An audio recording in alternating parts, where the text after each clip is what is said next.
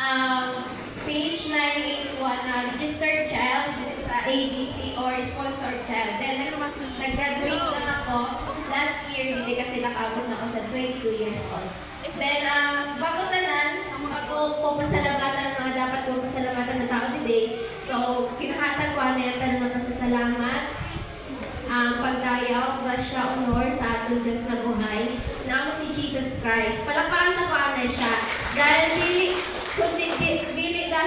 kung dili dahil sa iya, di na ako siguro, dili ko arang punhayin ako yan na. So, Lord Jesus Christ, salamat sa buhay na ginhatag mo sa akin kay Adi na mag-graduate ako sa elementary, sa high school, then sa college. Then, sa akong family, si Papa naglabas. Pa! Sa ako ng tindog na Papa Renato Castillo, salamat po. Sa sakripisyo, bisan may ginabatsyan ka, nagtindog ka na iloy ka dama sa ako, nagmarangkod ka. Bisan mo natin si Mama, kaulit na rito. Bisan mo natin si Mama kay nagakayod sa malayong lugar. Sabi ko sa iyo, Ma, salamat sa sakripisyo mo, di dapat maghimat ka, permi kay palangga ka naman. Then, gusto ko si Bishop. Bishop, parang wala ka po sa labas, so ginapasalamatan ka po ikaw. Ano masasabi ko, Bishop, atin na ang usad mo sa page 981, mag-graduate na. Salamat po salamat po sa sakripisyo, sa pagsuporta sa amon, sa dili pagsawa na pag-remind sa amon sa Word of God, walang sawa na pagtuktoy, paintindi sa amon at kamatuodan na. Salamat ma'am po, hello ma'am, and salamat sa amon provider sa school supplies. Nagasabi na siya permisan, nanong kailangan mo ate, nanong pa kulang sa iyo ate. Amon provider, then kay Ma'am Rose and Aplicador, salamat para ma-lesson na amon health dati. Kay Ma'am Tita Pia, salamat sa dulong sugat sa para mapicturean ng kami that time, di sa pandemic at sa pag-coordinate di sa mga events. Salamat kayo sa mga sacrifice mo dito. Kan Ate Ann Rose, nagkan Ate kay sila pa nung minsan na nag-disturb ko or nag-chat ko, bisan ma-graduate ako sa Catholic school, I'm proud to say na adigihapon ako. Ginigyan ako ni Lord na nag-aadigyan ako ni stand strong na akong faith, di na ako natinag, kaya dayawan kayo si Lord Jesus Christ sa buhay ko. Then, salamat kay Manong, minsan may mga kailangan akong i-clarify na mga word of God, then nagamay ako sa mga verses na dapat ko isabi or i-share din. Sabi natin, nag-remind din sila na dapat dili kita makipag-debate. So, di na ako nagpag-debate. I'm grateful kasi bisan mo akong na-bring today, may nagapamati sa akin kag may nag-battle bisan, di ba mga Catholic is devoted talaga sila dito. Then, dayawan ni si Lord Jesus Christ ay adigihapon. Look, adigihapon ako. Nagatuwod na naton Diyos, usad lang si Jesus Christ lamang na akong Diyos ginoo at personal tagapagligtas. Salamat sa buhay sa mga gingamit na instrument para matukduan kita sa kamatuodan. Salamat po ako lang, dayawan si Jesus Christ. Ako lang po, thank you. Actually, hindi pa na ako mahilig mag-voice out sa nahan mga pero una po sa tanan, nagpasalamat po ako sa Panginoong Jesucristo kay Adi ako sugat, paka-Loria, tapos mag-graduate na. Sa tanan. Wala pa.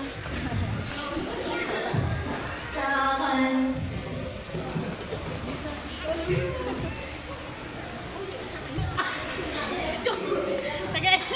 Kaya gusto. kan Lord Jesus Christ again, sa nagpasalamat gyapon ako sa tanan-tanan po kayon. Kan Mama,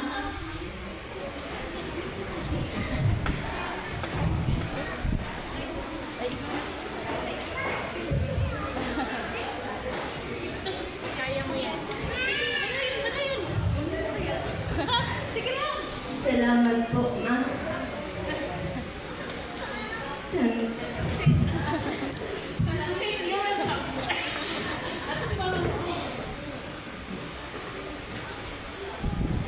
Kan Mama, kan Papa na mag-amandi. Bakit ka dali kumayo? Congratulations, Mama Hapon sa kadaw sa Ano ko ikaw?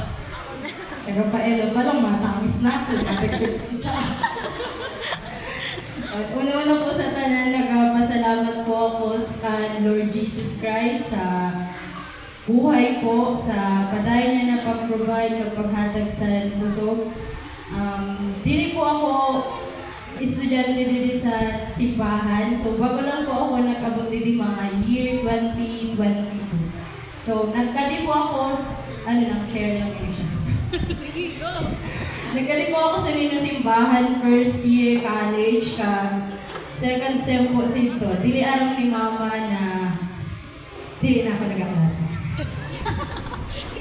Pero, salamat kay Lord Jesus Christ. Kaya ati na ako, mag-graduate na nga rin ako. Nagpapasalamat po ako sa lima na simbahan, the bishop, sa mga pastors po, sa mga teachers, sa pagbulig man. Usad po sa mga ginapasalamatan ko si Pastor Mark. Usad po siya na teacher sa lima simbahan. Permit po siya nagkakato sa balay para mag-Bible study kag si Kuya. Si Kuya po talagang tuyo niya, pero abot kaya ako, Pero po talaga sito ka-powerful si Lord Jesus Christ.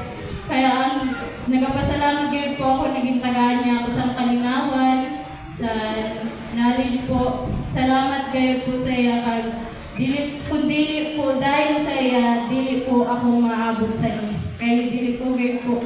Sa diri ko lang, dili ko aram kung paanoon ang mga problema, kung nanano pa man ang mga ginabato sa mundo po. Ang mundo po baga, damo-damo sa mga negatibo na mga ginapadara or mga challenges kayo po sa atin. Kaya salamat kayo po sa iyo. Salamat man po kan Mama sa padayon niya na paghatag sa suporta. Salamat sa iya kusog. Sige, vlog ako. Thank you po ako lang. Salamat po sa tanan ka. Congratulations. Okay, sino sa tanan, ang gusto ko lang po magpa-thank you kay Lord Jesus Christ, of course, sa ginhatag niya na buhay kag kusog, kag syempre bukan mama na all through this journey.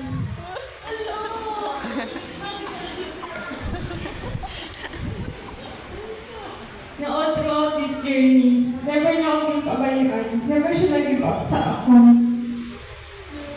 Like, ever since sa high school na pasaway ako, nagkakat ako sa classes. Nagsabi ako kay mama na okay na po gusto na ako pag magpa-klase. Pero paadi ako sugad mga graduate sa college.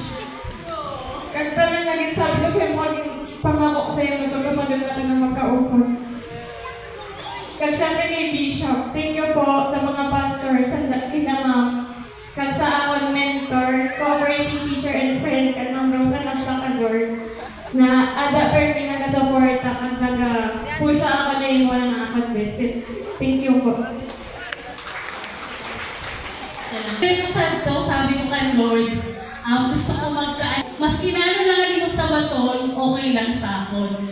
Then, nag-abot ang panahon, naka-eskwela nga ako, no, with the support of the church.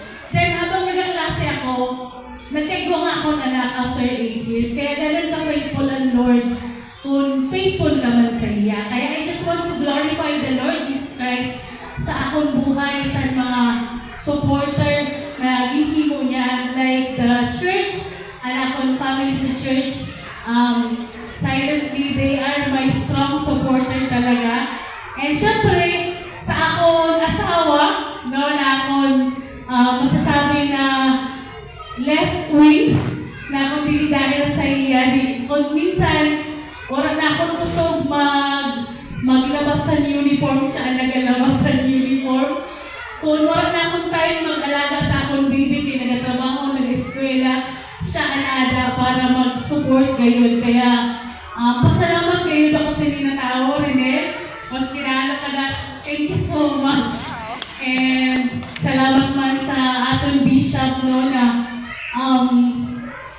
nabatsagan ko gayon at support niya sa pagkaklase sa amon na iya mga trainees, no? Ang leadership na ginpakdo niya sa amon ay nagamit ko gayon sa school. And forever grateful ako, magiging utang na loob ko gayon sa church, sa ating Panginoong Jesucristo, and sa Diyos talaga walang imposible, no? Maski may edad na ako, no? Mahirap magklase na nakikisabayan ka sa mga bata noon pa. Pero dahil yung kang pangarap para sa imo anak at para sa imo pamilya, mag-fight ka lang kayo. Kaya gani, ginatagaan ko kayo sa glory kag honor na itong Panginoong Jesucristo para sa achievement na ako makukuha pala. Kaya palakpakan natin na itong Panginoong Jesucristo. Amen. Diretso na ako sa pag